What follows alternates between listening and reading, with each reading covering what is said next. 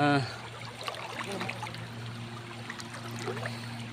Bapak Babinsa, Bapak Babin Kamtipmas, kami laporkan hari ini tanggal 20 September 2023 di Desa Binaan Bapak bahwa terkena dampak banjir yang mencapai 40 kakak lebih kurang menjadi korban.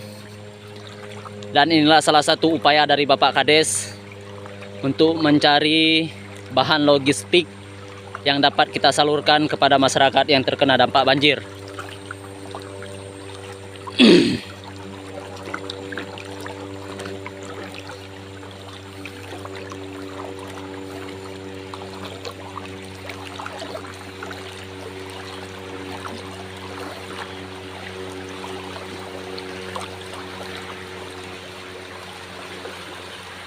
Inilah keadaan jalan kita, sudah tidak nampak lagi, sudah tergenang banjir mulai dari jam 8 malam kira-kira Pak Kades ya, jam setengah 8 malam sampai sekarang desa kita malah